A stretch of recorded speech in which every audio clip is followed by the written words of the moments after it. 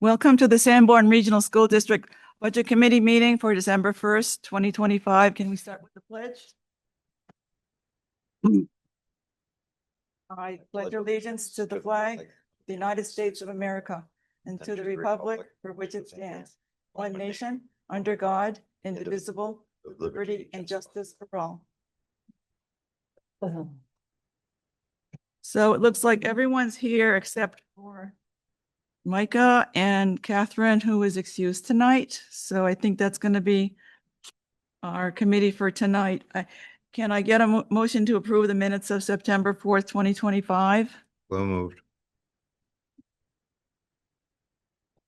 Can I get a second? Okay. Any changes to those minutes? You had a chance to look at them? I think I've already seen all these. Yes. So they look pretty good to you? Yes, yes. Okay.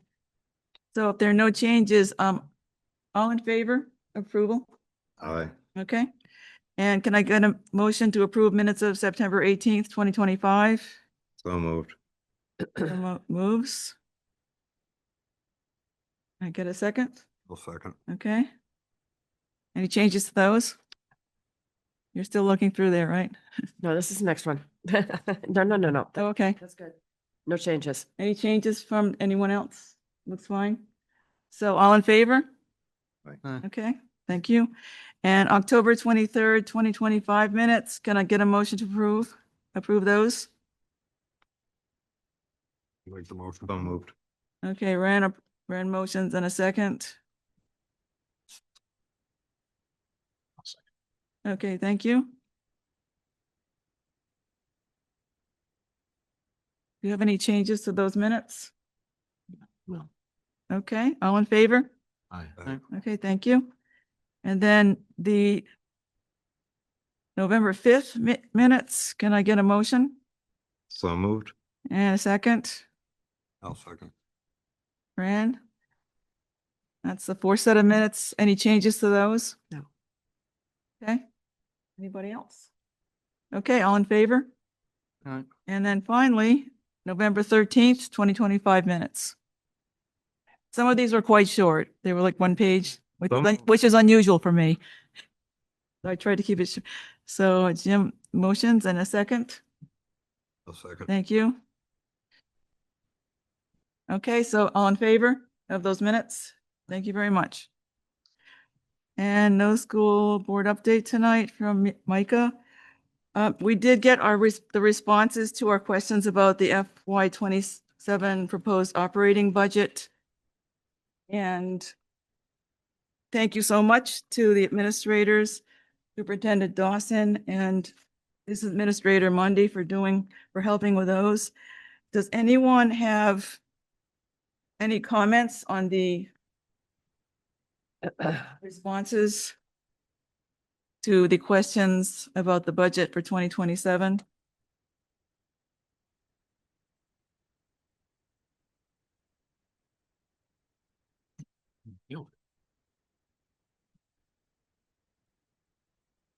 Those are only available on the Chromebook, right? On the files. They are, I believe I sent them to you as an email. You can Okay. take a No, look. I've seen them, but I can't. You can take Physical a copy. I have a copy here, sure. They look fine to me, but I just want to make sure people had an opportunity to comment on those, so.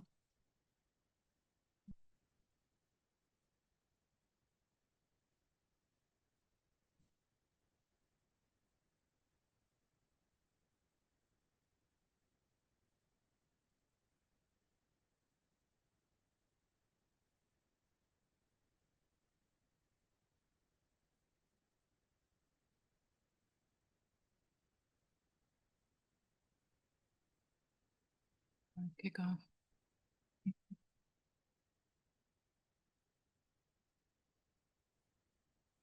You putting So if there are no comments, I will attach those to the minutes tonight, if that's acceptable to everyone. So they're available to the public. Thank you so much.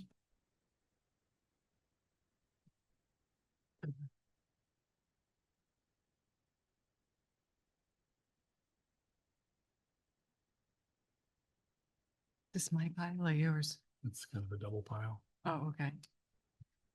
So moving on to the most exciting part of our agenda tonight, the work session on adjustments to the FY 2027 budget as proposed. Just some ground rules, no biting, no scratching, no cuss words. What we'll do is we'll just go ahead and present some suggested adjustments to the budget as proposed by the superintendent. We can discuss it tonight, but we can also discuss it further on Thursday after people have a chance to look over the possible adjustments. And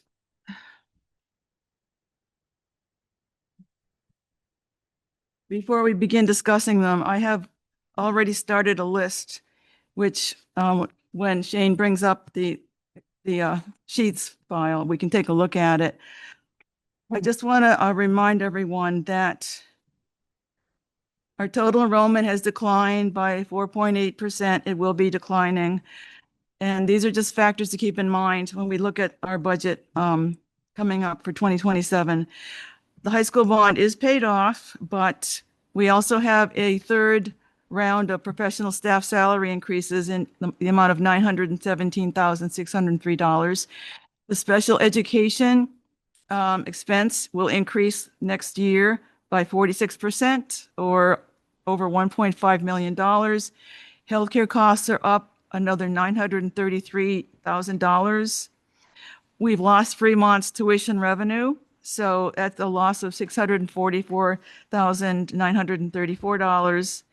$644,240. And I did provide a handout to everyone tonight, which is because I'm a teacher, no day is complete without a handout. There was comment at our last meeting about class size and student performance. I would like to note once again, because I've done this before, but apparently it needs repeating. Our student performance continues to improve over time. We have significant success when it comes to assessments because we allow our students to go with different assessments based on their plans in the future. So the students can take the SATs if they plan to go to college. They can take the Armed Services battery of tests if they plan to go into the military to demonstrate basic skills proficiency. So when you go to Zillow and you see the scores for Sanborn, they're using a subset of assessments. We offer a wide array of assessments to demonstrate success. All right. So it didn't actually come out on my little handout here, but for 2025 results, our math scores are, for the fourth grade, for example, are 90% proficient.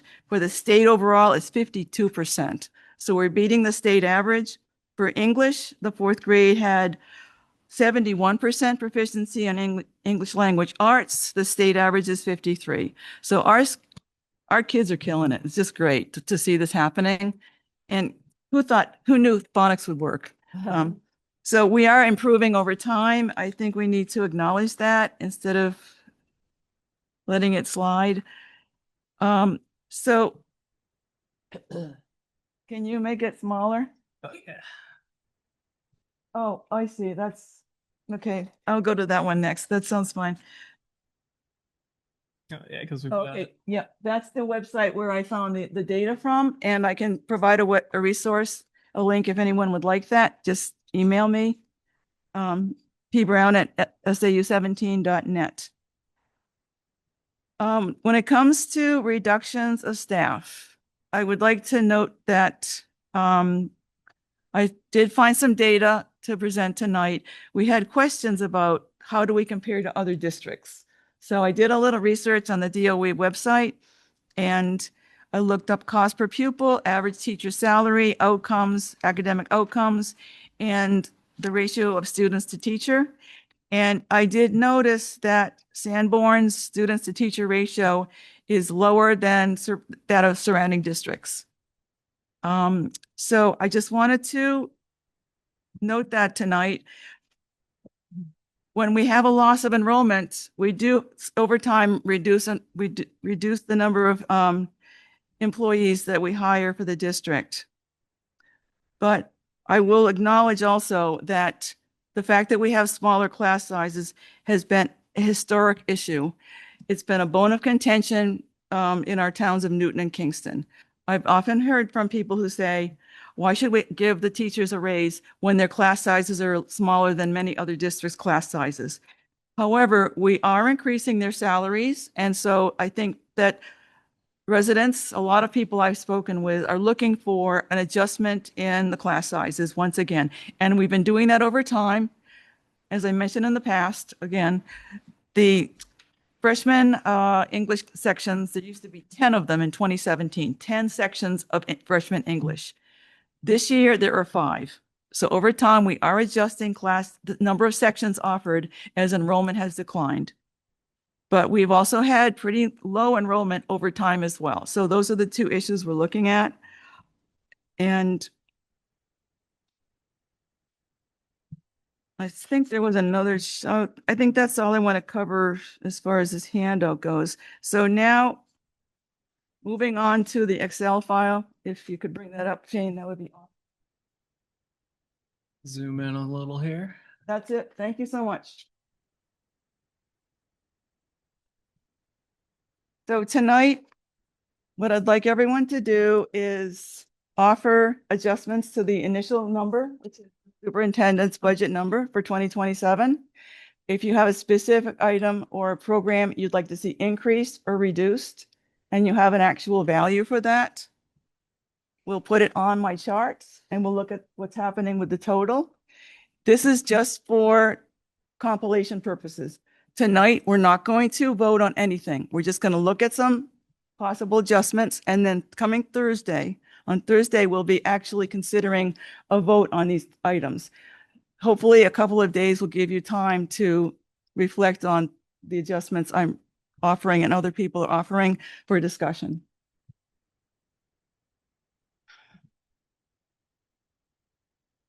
So the total right now that's being proposed is $42,135,541.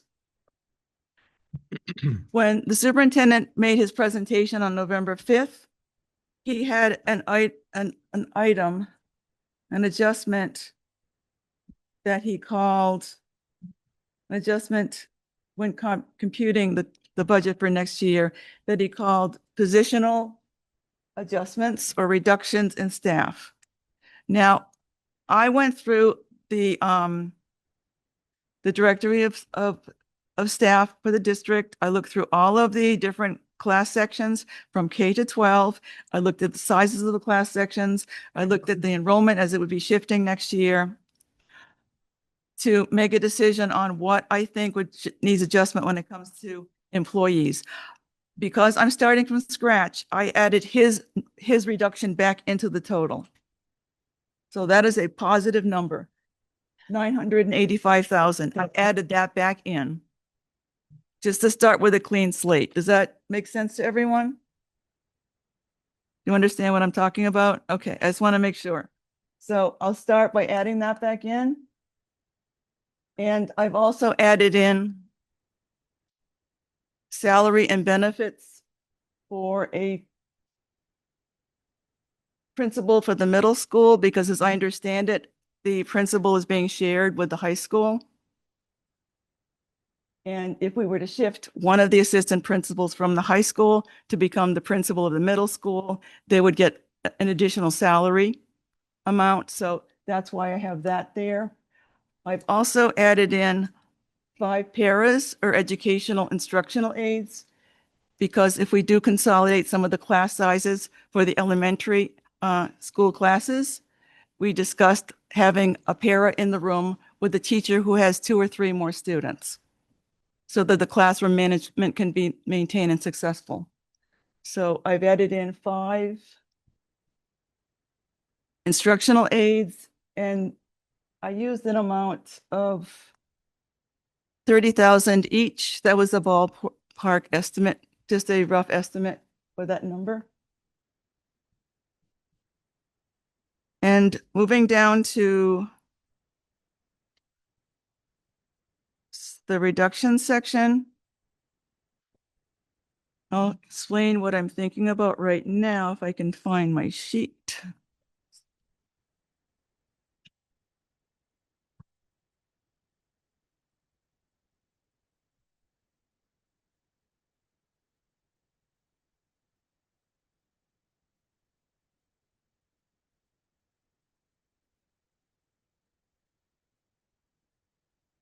So the handout I provided tonight, this one, on page 3.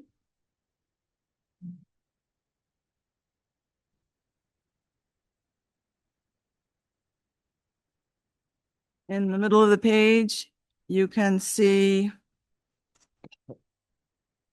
that Bakey will be having an enrollment total of 248 students. And Memorial will have an enrollment total of 236. Middle school next year, 228, high school, 381. So I was reading widely, looking at the number of assistant principals that would be optimal for those sizes of enrollment in a building. And the recommended ratio would be 1 principal and 1 assistant principal for every 500 students. So I am suggesting that we consider for Bakey, the total enrollment will be 248. So they currently have 1 principal and 1 assistant principal. And I would suggest reducing that 1 assistant principal in Bakey for 248 students. For Memorial, again, they have both an assistant principal and a principal. Many of my constituents have been concerned about the growth in administrators in our school districts over time. So for 248 students, I would consider reducing 1 assistant principal and having 1 principal only for Memorial as well. For the middle school, I would recommend reducing 1 assistant principal and making 1 of the assistant principals in the high school a full-time principal, if possible. But this, again, these are my observations from the sizes of our building enrollments. The administration working with the school board will help the school board make actual decisions on how many administrators to hire per building. But when I look at the numbers, I think that it's time for an adjustment in the number of administrators we have in our buildings. How that is done is really up to the school board, but I see that we have an excess number of assistant principals going into next year. For the high school, they have 3 assistant principals for 381 students coming in 2027. So I would recommend reducing 3 down to 2 assistant principals. Again, that's 2 assistant principals and a principal for the high school enrollment of 381. If they want to adjust that and maybe move some of those folks around to share responsibilities in the buildings, that's fine. But I think that's a small adjustment that could take place for the high school. And the amounts given for the salary reductions are numbers I got from the business administrator. I asked her for an average salary and benefits amount for these positions, and that's where I got these numbers. For the dues, professional dues, it's $2,500 a year per administrator. So I reduced the number from like $10,000 because we're reducing 4 administrators times 2,500. For school counselors, again, going back to my handout on page 3. Can I ask a quick question? Yeah, sure. About the professional dues, Please exactly do. what is that? There are professional associations that collect dues from people in different professions. So principals, school teachers, counselors, they belong to these academic associations and they go to conferences, they get discounts on subscriptions and things like that. Sure. And they're also monopolies, so they pretty much can charge what they want and they seem to be going up every year. So I noticed This isn't even all the. these organizations are monopoly entities. So I'm just going to pause there for a moment. And ask if people have any questions. I have been spending the last 8 months going over the data with a fine-tooth comb and talking to people in Concord, where I'm a state rep on the Ed funding committee, about numbers of administrators and class sizes and so forth. And I understand that administrators are important, but we are going to be hiring a superintendent, and that's going to be very expensive as well. So these are just some of the things I've been considering for the committee. Would you like me to go on, or? I actually like to Wanna- make a comment just about administrative reductions. So the school district that I work in, which is one school, high school. Yeah. We have 2,000 students, one principal and 3 what we call associate principals, same thing as assistant principals. Yeah. Looking at the figures here, I'm just kind of blown away. I didn't realize that we had 4 assistant. What is the principals. enrollment number at the school? 3 assistant principals. What is the enrollment number at that? Just shy of 2,000 students. 2,000 students, okay.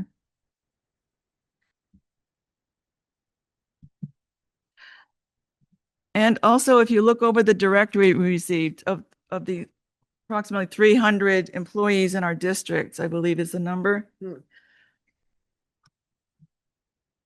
We have lots of specialists we're hiring. A lot of them are special ed. Oh, So, and we also have the SAU office, which supports the buildings and the principals. So it's not as if we lack administrators. We have lots of people helping out to make our students successful. And of 300 employees, I'm looking at reducing a small percentage. These are my suggestions, but we'll be discussing it on Thursday. So anybody else have a comment? Sure, Jim? Dr. I think Doggett? It's a very good start. I went through and my number's actually a bit lower than yours. But I've also seen what I believe to be more areas of, Oh, louder. Is it on? Wait a second, go ahead. as I said, I've gone through this list multiple times. They actually are to the point of being able to retain them.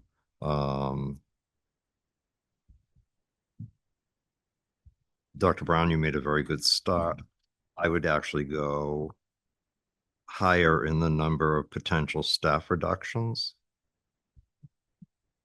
I especially have concerns with the amount of money that we're returning at the end of the year, because that's money that households in Newton, probably in Kingston, would be better used by the families than the school district to just hold on to and return. I mean, Well, I was going to actually discuss that later on, so, Okay, let's discuss it now. okay.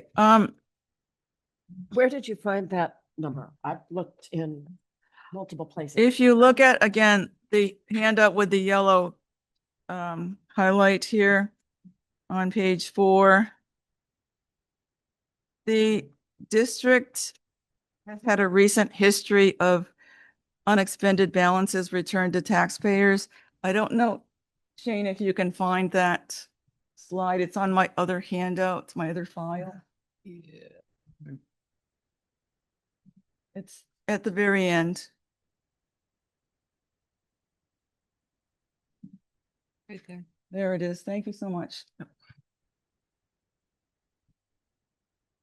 So we have been returning significant amounts to taxpayers over the last few years. These unexpended fund balances are held to address expenses we might not, expect would happen. But I've noticed that significant portions are being returned each year to taxpayers. And I think there's a tendency to over budget in anticipation of emergencies and so forth. I understand that temptation and that reality. I certainly understand it when it comes to special education because one special ed student can cost $250,000 to the district. And that's unanticipated expense and it's a mandated federal expense. So that is something that I think is probably driving these unexpended balance numbers. But if you look at the history here in FY 2021, we returned $2.3 million to taxpayers. In 2022, it was 1.175 million. In 2023, we had 681,796 returned to taxpayers. 2024, it was 1.9 million approximately. And did I say the wrong date? 2024, 2024 was 1.4. 1.48 million. And in 2025, the amount returned was 2.18 million approximately. Can I make a comment on that? Yep, sure. So that 2.1, almost $2.2 million, that was before the healthcare shortfall. So I believe it was actually less than that was returned back to the taxpayers. So Marie, could you confirm that, please? is that includes after? the return? So there was 2.8 originally. I mean. So 2.8 was supposed to be what it was supposed to be originally. 500,000 got paid out to the previous superintendent, which dropped it down to 2.2. Then just after that school committee meeting where they announced that it was going to be 2.2 going back to the taxpayers. Just after that, there was a shortfall for the health insurance that had to be paid for, and it was paid for from the money that was supposed to be returned to the taxpayers, correct?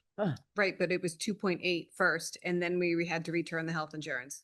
Or pay the health insurance assessment, sorry, not return. So school care Came assessed us with it's another already premium. That total. Yes. How much was the premium? How much was the shortfall? 650,000 and some change. I don't remember off the top of my head. 656.13.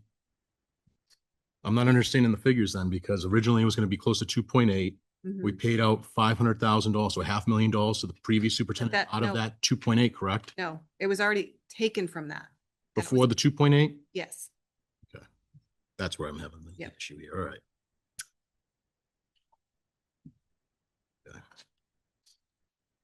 And we also had the payout to the former superintendent of $410,000, I believe was the total amount, which is not included, but that was potentially returned to taxpayers. So these are excessive amounts being added to a budget and then returned to the taxpayers. I feel that the taxpayers are losing interest on the money and they're also losing purchasing power. They wait a year due to inflation. So we need to be more cautious when we do our budgeting moving forward. Also, we have a set of reserve funds for emergencies. I have those on the sheet here. So we do continue to maintain reserves in case there is an emergency need. The Special Education Expendable Trust Fund is 637,000. Capital Improvement Fund is 482,000. Unanticipated Educational Expenses Fund, 289,000. So if we had additional children move into the district at the last minute, we have money available to hire a teacher if needed. Bring in an extra teacher. And Utility Cost Fund and Facilities Revolving Fund.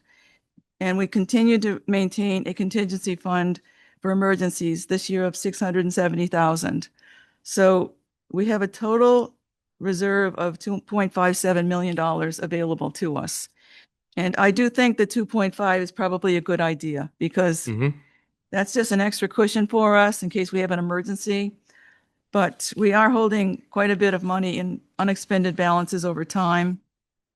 Pam, we talked earlier about how, certain circumstances happen, situations where it costs more money for special ed Yep. than anticipated. Can that money be pulled from the special ed expendable trust fund? Should we be holding more in that account and have it earn interest while it sits there in case is needed, but then if it is not, That would be a warrant article. it can remain If we there? wanted to add to that trust fund, we could add another amount. I know that there was talk a few years ago of making it bringing it up to $1 million because that's how expensive special ed services are. So, I mean, that would be, We could see as much as $2.5 million swing all of a sudden. right. So that's the thing that concerns me. We're not really prepared for. We're just over budgeting to hope for that. It doesn't happen. It's Right. that money there. But if we can have it in an account that sits there and builds interest, Sure. that will be there for year after year, and then if we do have to dip into it, then we can always do another warrant article to refund that, Well, in other words, reducing the 2027 proposed budget by, say, $1 million, but then offering a warrant article saying, okay, we're being prudent with unreserved balances, unexpended balances. However, we are concerned about the unknown, which would be an expense that would be huge for special ed students. So we endorse, because we will be voting on those warrant articles, adding to the special ed trust fund X number of dollars. So that way, the budget's not so big, but we're offering a safety net as a warrant article.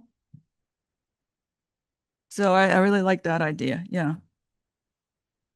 So this is something to look at. I think we should consider a reduction to avoid a large unexpended balance, but we can discuss it further Thursday. I just wanted to mention this is the history that we have now Mhm. with our budgets.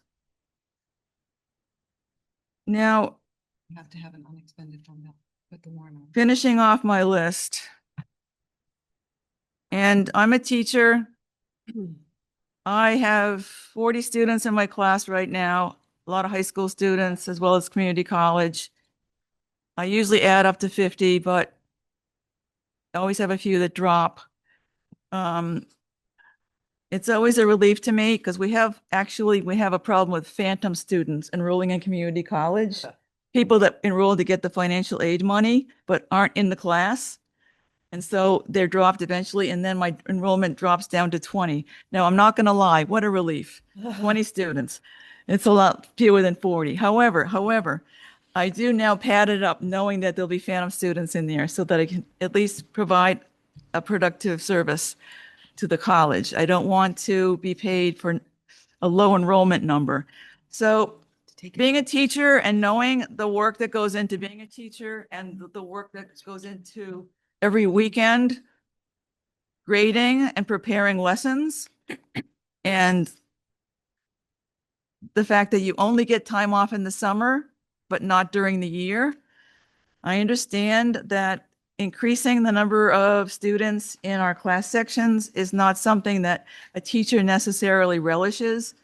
However, looking over the enrollment numbers and the RSAs, I am proposing small adjustments in the number of sections in various grades, which do not bring the enrollment numbers up to 30. They don't bring them up to 25 or 20. They make slight changes. So in my sheet on page 2, the bottom half, it states that the administrative rules for New Hampshire indicate that grades K through 2 should strive for 20 students per educator. Currently, we have in Bakey, we have kindergarten and first grades have 10 sections, and reducing those to 9 would give us 14.8 students per section. So that's one adjustment I am looking at for Bakey. And that is not a huge increase. Currently, the average is there are 13 or 14 students in each class. So this would be 14.8. And I've added in, as I said, a number for paras, additional paras. For grades 3 to 5, the RSAs recommend 25 students per section. However, Memorial grade, third grade has 5 sections. If we reduce that to 4 for next year, that would bring us to 17.25 students per section for next year's grade 5 classes. Middle school, high school grades are urged to strive for 30 students. The middle school will see a reduction in grade 6, going from 82 to 59 students. And it's a 28% drop in enrollment for grade 6. So I would propose that we reduce middle school positions by 1 for 2027. And high school, we're trying to maintain flexibility for the students. But this fall, 42% of our fall high school classes have 15 or fewer students in them. 1 in 5 of those has 10 or fewer students. And we have several non-shop, non-lab sections serving 6 or 7 students. So I think we should consolidate sections once again, as we've done over time. As I mentioned, we have gone from 10 down to 5 freshman English sections. And the freshman class coming in is 66 students. It's a huge drop compared to the current year because of the losing Fremont, the Fremont tuition. They're no longer participating in our agreement. So I suggest we consolidate sections here and reduce 3 positions in the high school for 2027. And I also provided this handout, which shows you all of the class sections. Some of them have 7 students per class. Some of them have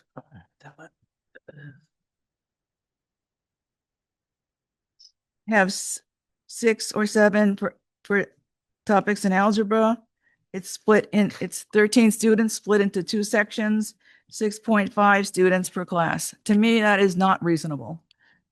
Can I So, just interrupt yes. for just a sec? Is this, I think you're speaking of this 2 sections of advanced topics in algebra, where there's 13 students total in 2 sections. Yes. That particular class is not even mentioned in the program of study. What is that?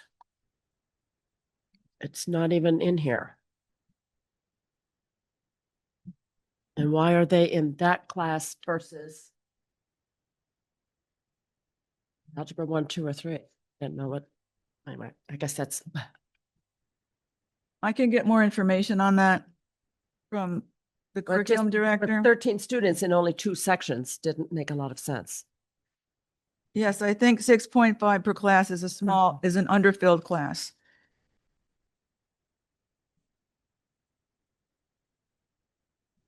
So again, I went through and I didn't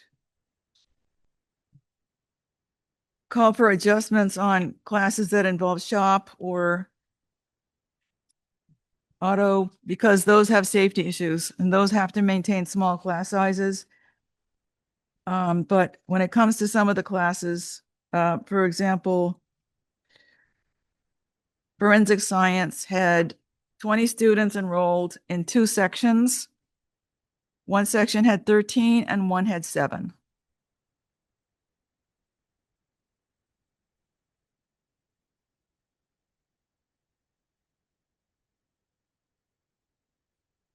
Branch 3 had 6 students in it this year, with a reduction in our incoming freshman class and a reduction overall in the high school. we need to figure out a way to maybe combine some of these sections so that they can perhaps become one section for one teacher.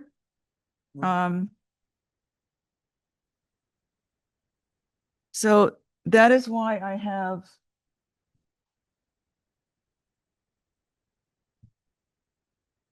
four lines 18 through 21, a recommended reduction of Those right there, I agree. classroom teachers as shown. No, not teachers, you mean sections. Oh, well, the sections would be for the high school 18, 18 sections. right? But for the number of teachers, it's going to be, Six, like three. it looks like 6 total. That'd be Oh, okay, 15, yeah, that'd be yeah, but 15 make it, sections, yeah, by the three, way. 6. That'd be 15 sections. I counted, Don't teach 6 out of 6. I know, I just counted 18 sections that could be consolidated. That's what I was looking at. Okay.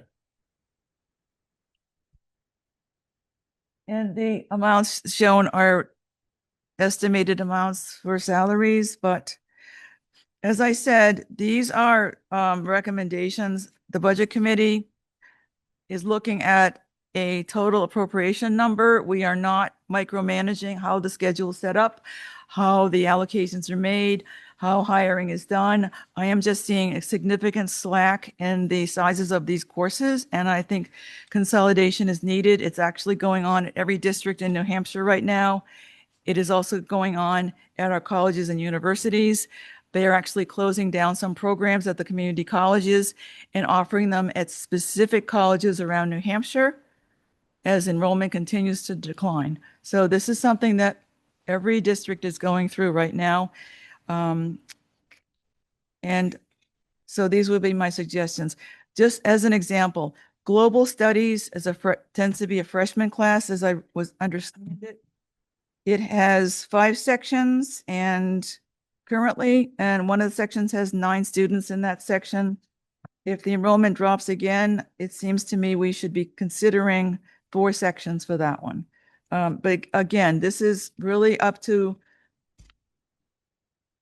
the curriculum director and the administration to create a program of a schedule for the students. And If I may, before you move on, yeah, I'm at 20 sections, but I'm going to reiterate something that I've said before. We seem to be teaching French 1 and French 3. We don't seem to be having a French 2 or a French 4. Those numbers are still missing from the list.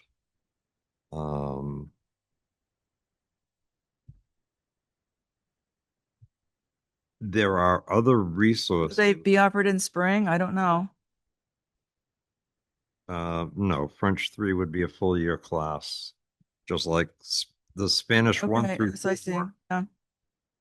Even if our instruction ended at French 3, there would be a French 2 in there somewhere. Right. Um, I'm sure it's and a French 4, Oh, you're right. They're 1-unit courses. Sure. Yep. which has to be at least 1 unit. However, when you only have 6 students in French 3 and possibly fewer in French 4, which period is 1 and traditional 3. when I was Period here. 1 is French 3 and 4 combined. Ah, Period 2 is the French 1.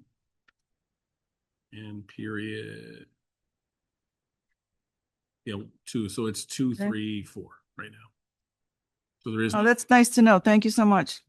there's no French 1. Unless I'm missing it, which is definitely possible. And then that Okay. particular teacher is teaching English the rest of the day. Well, if you ever do the list again, would you please make some sort of note so that it's shown there? Students nowadays, because of online availability for certain advanced learning, when you look at small numbers in a classroom, it's difficult to justify. some of these students could be given the option. There's always VLAX, and there are other online equally well-produced educational experiences for students that if we no longer were to offer advanced French programs, they could take it online and still get full credit. Most colleges, or most better, I'm not going to say better colleges, certain colleges still require foreign languages. However, that is something that seems to be going by the wayside.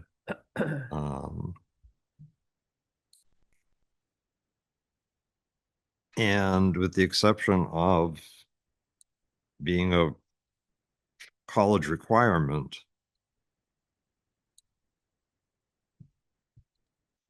I'm not certain whether or not we would have as many students in foreign languages. I would personally try to encourage children to learn more than one, but when you're looking at numbers like this, it's hard to justify.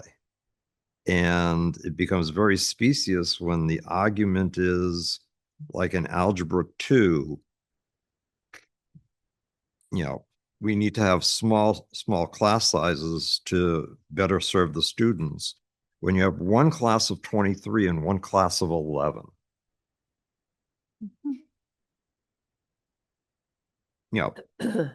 and numbers in between there, but you could literally take and reduce that by at least one section and still not meet the high number of 23. So same thing happens in geometry. You have classes with 14, 15, and then you have a class of 22. Mhm. So in the past, the argument has always been, we try to keep the class sizes as small, within scale.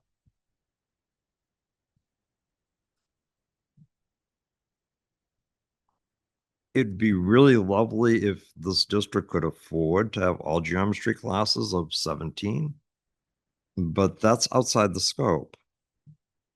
When you get into something like pre-calculus, 10 to 28. I have no problem with a section of calculus, a section of quant reasoning. Personally, I think every child should be required to take financial skills. I agree. They are. However, that is something for the school board to consider. I did notice that there's in the middle school, they teach Spanish, but they apparently have dropped the French.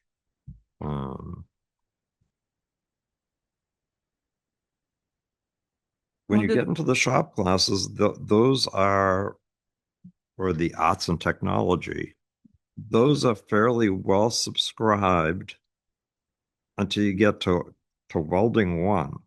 You have a class, we're running a classroom of 4 students. In woodworking, we're running a classroom with 3 students. I would personally love it if a child of mine was one of those 3 students because they're getting intensive hands-on training. I wish more students were enrolling in the trades myself. Well, I'm looking at senior English, for example, this fall. 5 sections, one has 7 students in it. So there could be consolidation down to 4. Social Studies, American History has 5 sections. One of the sections has 11 students, could be consolidated to 4 sections. AP History, Global Studies has a section with 9 students.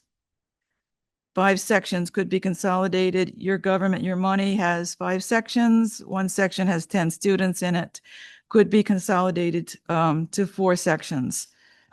Now, I understand that student schedules are tight. Some of them go to Seacoast. Some of them are in athletics and they have sports, but some of them are in student council. So student council meets during the school day, I believe, Not during a class period. not during a class period, so that they can save time to go to sporting events and athletics later on after school. But we've been reducing the sections over time for years. We had 10 sections of freshman English, as I said, in 2017. We are now down to 5 sections. So small consolidations, again, seem in order. I'm not saying going from 5 to 1. I'm not saying going from 5 to 2. I'm saying going from 5 to 4 in some of these sections. So that concludes my, I do have unfilled positions, which were listed in the directory we were given with 0.4 font. And there were some unfilled positions under each of the buildings lists. So I deducted those from the total as well and the benefits. And then for legal services, we did spend quite a bit of money on legal services in, let me see my notes. In 2025, we spent $661,135 on legal expenses. The budget this year is for 100,000, proposes 150. I would like to reduce the 150 by 50,000. Just my recommendation, use the New Hampshire School District Association for legal assistance. We belong to them. The school board is member and they have offer free legal advice. So when possible, Can I yes, step in real quick? of course. Just a reminder that out of the $600,000 in legal fees plus, Yes, $110,000 of that went to the former superintendent. So we did not spend $600,000. We spent that line to the tune of $600,000. yes. The choice was made to pay that out of legal fees. So just so we're clear, we did not spend $600,000 on legal fees last year. And obviously we had a huge increase in our legal fees due to the investigation. It was done by outside counsel, Right. independent of our normal law.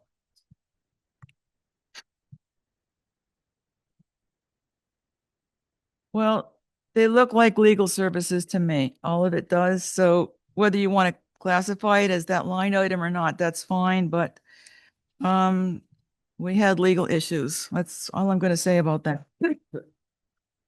So again, these are my considered suggestions and I'd appreciate other people's suggestions now at this time.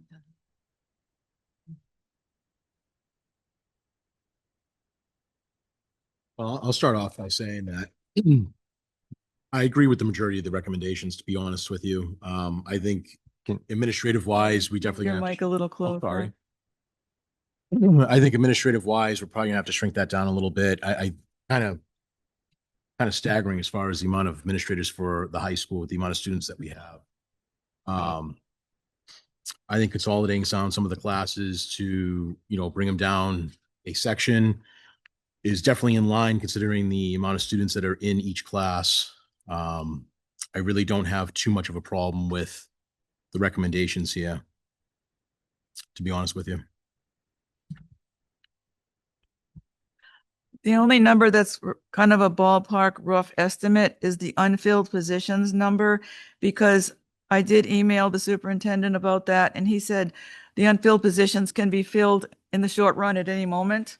So some of these unfilled positions may now be filled. So I'd probably want an update on that before we do make any decisions, but I'll get that for us for Thursday and see what's going on with those. If we can, while we're discussing unfilled positions, I'm wondering because I remember when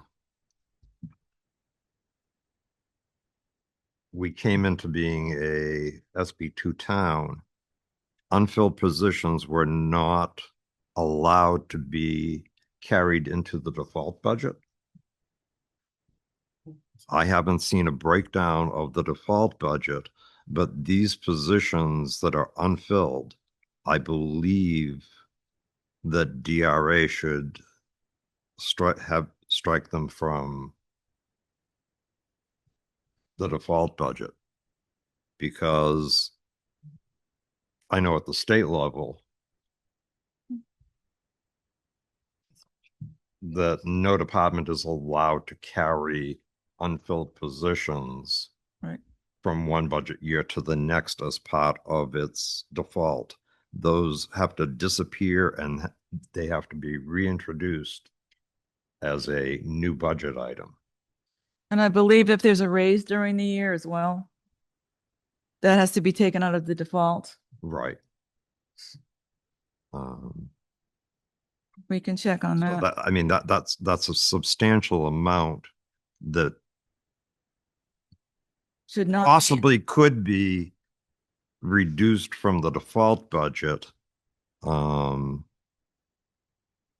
Simply because unfilled positions don't carry over. I mean, I'm just looking at, there's 3 positions in the SAU office that's over $200,000. Actually, it's 218,000, almost 219,000. When you look at those kind of numbers in a budget,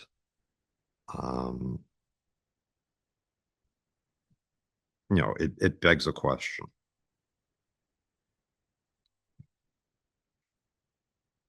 I also noticed in the SAU, and it's not on this list, it's someplace in the paperwork, we still have a district-wide math coordinator and a district-wide English language arts coordinator. Okay. As our numbers of staffing and students are reduced, it's hard for me to justify having separate subject-based coordinators. At one time, we had a single curriculum coordinator for the entire district.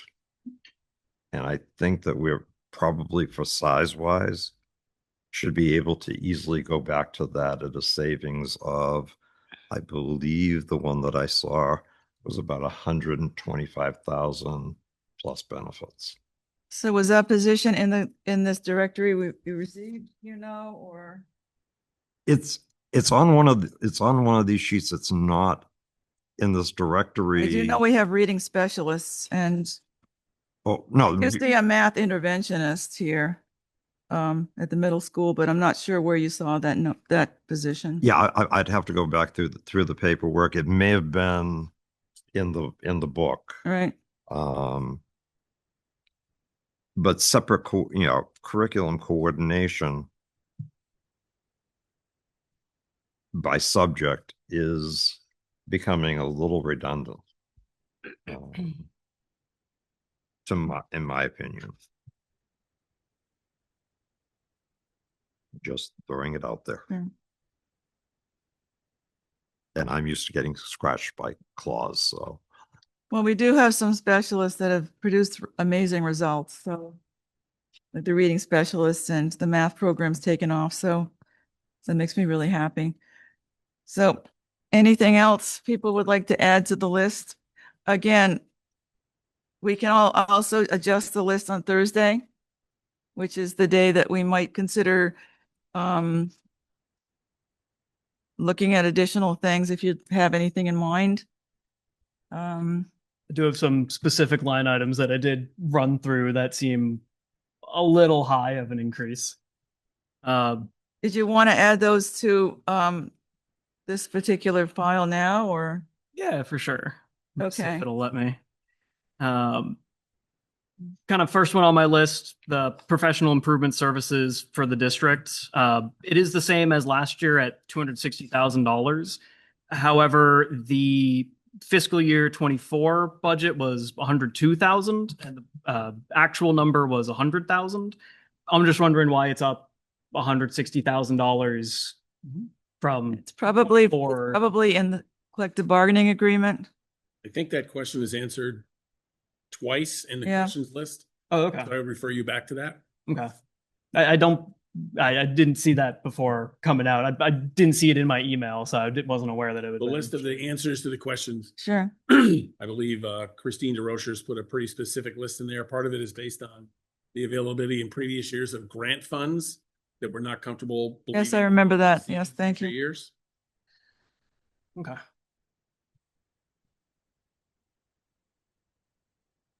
But if you have other specifics just in general, Mhm. it would help for us to be able to go back and create questions out of that. We can do the research. Mhm. So we're not trying to sort it out Thursday night Sure. on the fly, if you will. Absolutely. Yep.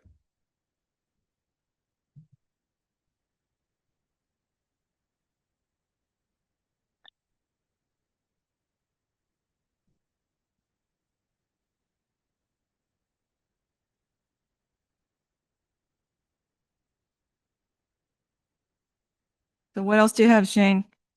I see.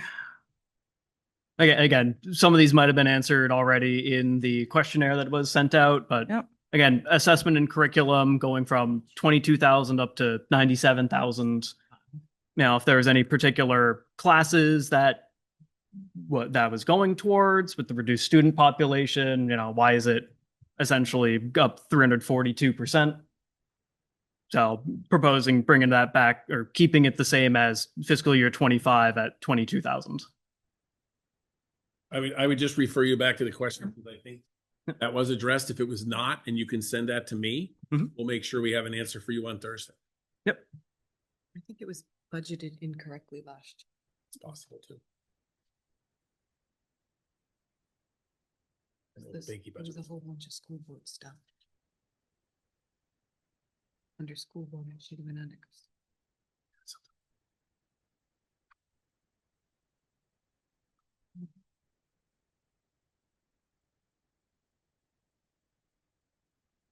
Oh, yeah, that's what I wrote up here.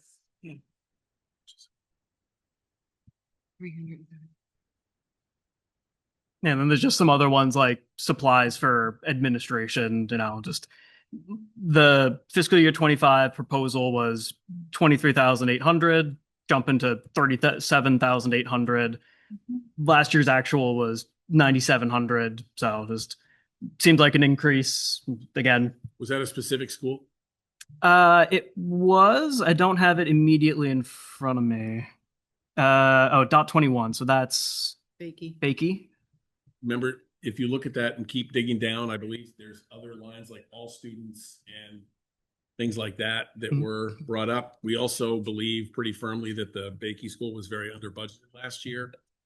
The administrator responsible for that budget is no longer with the district, so have to look. If you go back a couple of years, you'll see that budget has come down over it. If you go like fiscal 25 to fiscal 24 to 26 or whatever the numbers are, there's kind of a lull that we can't figure out why it was budgeted that way last year. Gotcha. Because everybody responsible for that isn't with us anymore. So Okay. And the Yep. budget was frozen last year.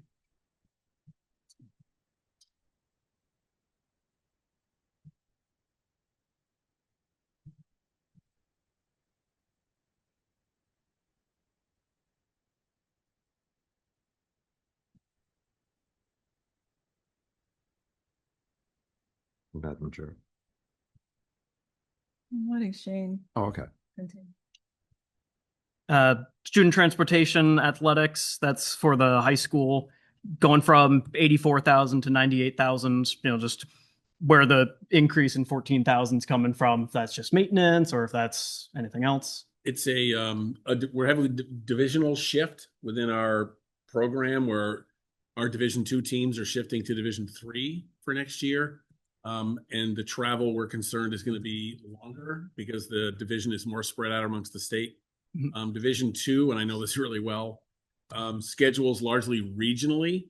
So very often we're not traveling to Hanover and Leb, but in Division 3, we're going to be taking trips to Berlin, Claremont, places like that. So we're concerned about the extra travel, and it's just making sure that we're within budget to make sure that works. That budget comes in right about on the money every year, and I'm very familiar with it. So I can tell you that's a That's a reasonable request.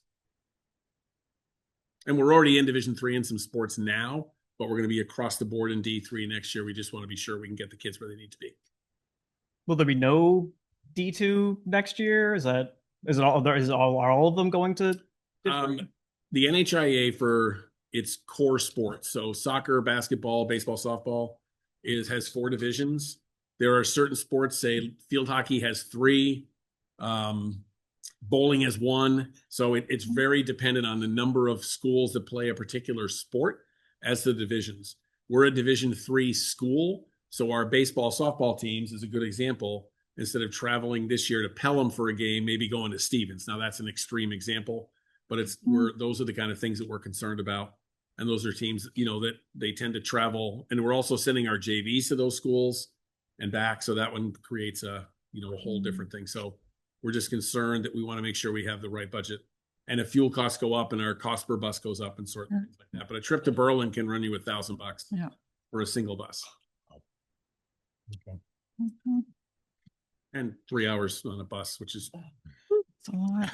the boosters like to chip in and pay the upcharge for a coach bus for that run, but we cover the school bus cost. The boosters or the parents sometimes will chip in and get the kids a coach bus. Same company.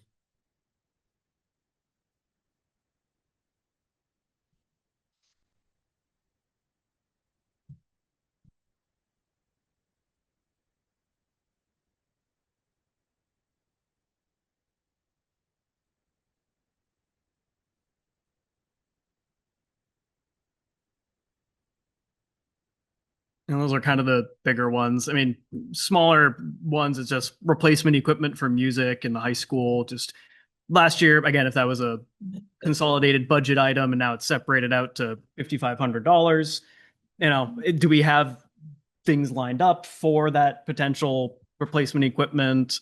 In which line again? Replacement equipment dash music for the high school. Yep.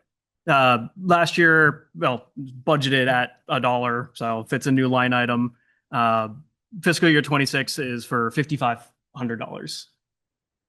This year?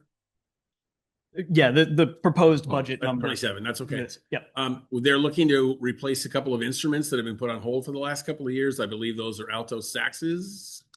Might not be saxophones, but they're flexible instruments. And what I know happens, because I dealt with music departments for the last 25 years in my different schools, it might not be a saxophone. It may end up being a trombone that they need. So a particular student can play that instrument.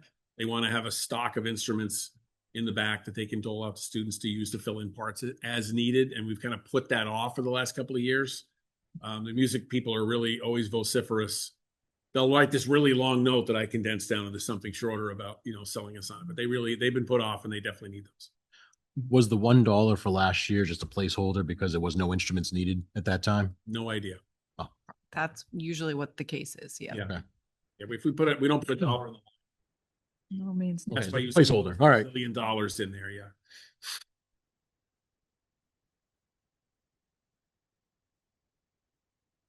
Yeah, and a lot of the items that I did notice were last year at $1 as a placeholder. This year, like professional development for admin at Bakey and Memorial went from $1 up to $5,000. Correct. Those are contracted numbers for both schools. So in the Teamsters contract that we currently have with the principals and assistant principals, they have a $2,500 line for that. Gotcha. Okay. So it should have been there, but it just wasn't.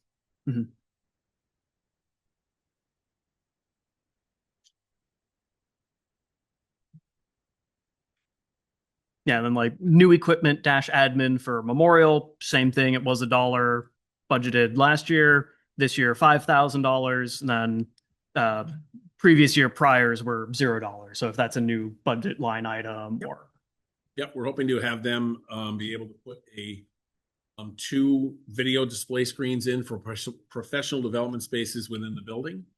A lot of PD now can be done online and so forth, or you're using the screen to do what we're doing here in this library to project information up for the whole group to see. And that's not just the item, it's the install and the wiring and all that stuff that has to be done.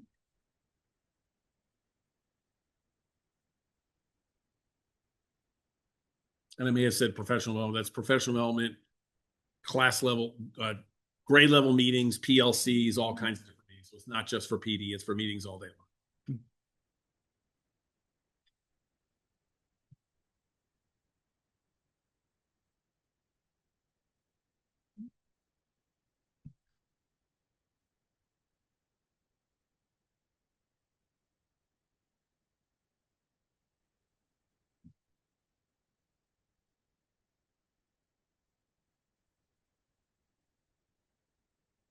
Yeah, that's pretty much it for all the kind of bigger things that I had question marks on of, just wanted to look at.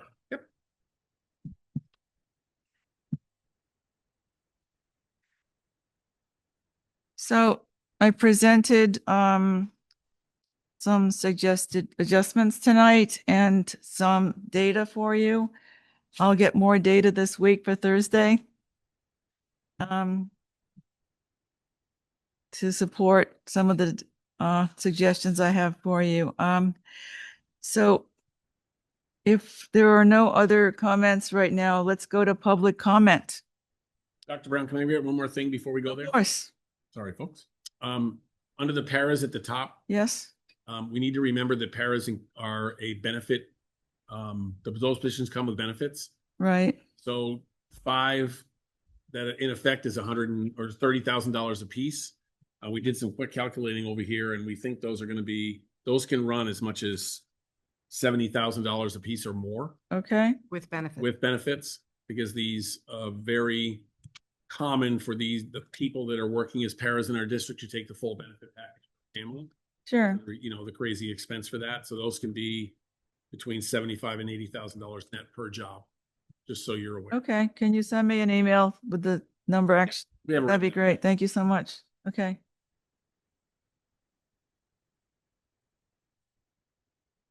Public comment? Oops.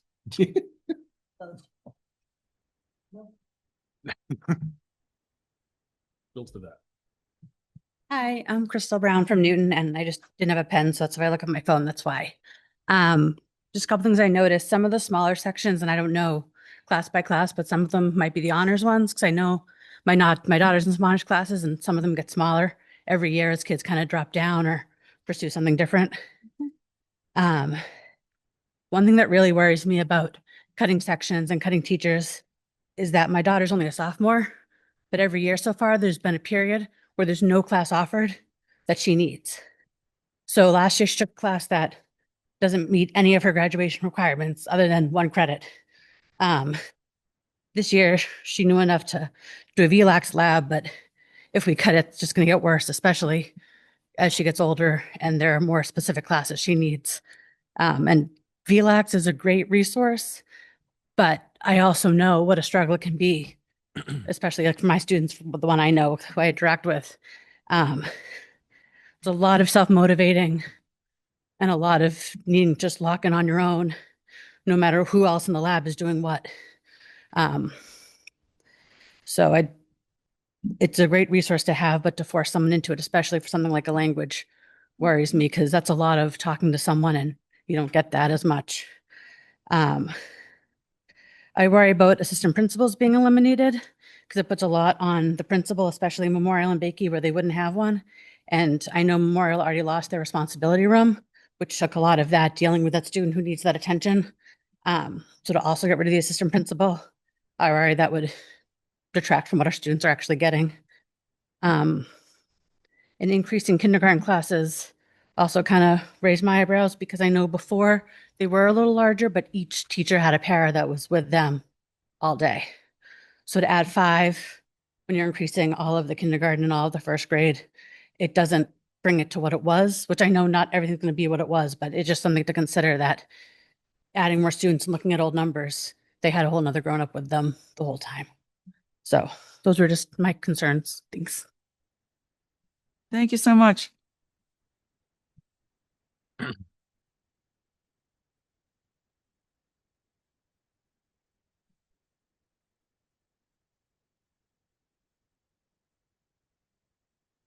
I am really hoping the school board considers working with surrounding districts to offer courses that we can all use together and consolidate things. So say it's a sociology class or something. It could be offered at Timberlane, but our students could attend. So we have enough students to fill a section as our enrollment all declines over together. So that would be my vision, is that we begin to consolidate by cooperating with other districts. So we continue to offer the breadth courses that everyone needs, whether that's an evening course, maybe that might be a solution. Because VLAX is not for everyone. I can definitely agree with that. Some of my students are just not self-motivated to keep going. They need someone yelling at them in a classroom. I shouldn't have said that. Well, they need to be motivated by an educator. So in person. So I completely understand that it's not for everyone.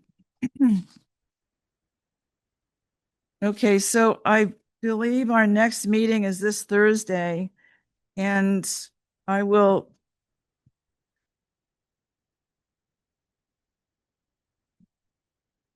forward any information I get this week, any improvements in the numbers or any updates, and we'll discuss this further on Thursday. Hopefully we'll have everyone here Thursday. I know that Catherine had to be out tonight, and the school board does meet on Wednesday, so I'm not sure if they'll be discussing the budget at length, but I would definitely urge everyone to attend the meeting if possible. And I will probably go as myself and listen to what they have to say.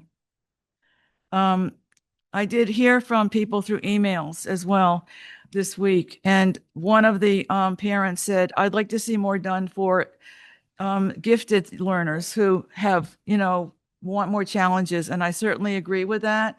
So that's something we also need to support, I think, in some way, maybe more dual enrollment, maybe more AP courses, but I definitely agree with that sentiment. So, okay, so any other comments for tonight? Yes, of course. I just want to say that I really admire all of the work that you have put into this and going line by line and coming up with some, what appears to be some very, very legitimate and professional recommendations. However, I thought our role was more, and I think Jim expressed this the last time, our goal was more to do not line items, not saying we want you to get rid of this one section of kindergarten. I thought our role was more to just say, this is how we think the bottom line budget could be still be successful. So are we still within those bounds by having recommendations such as this? We're just offering an appropriation number. We're not asking how the pie should be cut up. We're just offering them the size of the pie. But I feel it would be irresponsible to simply throw out a number and go home. Mhm. And being an educator and understanding what is happening across our state, with some districts going bankrupt and asking for state money early, state aid early, I just feel like we have to be careful and spend prudently. That's all. And be cautious of the sizes of these class sections. That's all I'm trying to emphasize. I'm not mandating that a certain department or certain course be eliminated, although I think we should have economics in there. I'm just kidding. That would be nice. It's your government, your money. Well, let's call it economics and change the name. So, okay. Also, I would like to note that I have no interest in challenging the special ed budget, for example. I understand our facilities need a lot of work. I did not explore that topic at all, but labor is our major expense. And as any business knows, it's most of your expense is the labor. So I'm looking for ways to become more efficient and still maintain great services. So that's basically how I approach this. But anyway, I appreciate everyone's comments and help tonight, and we'll see everyone on Thursday. Meeting adjourned. Thank you.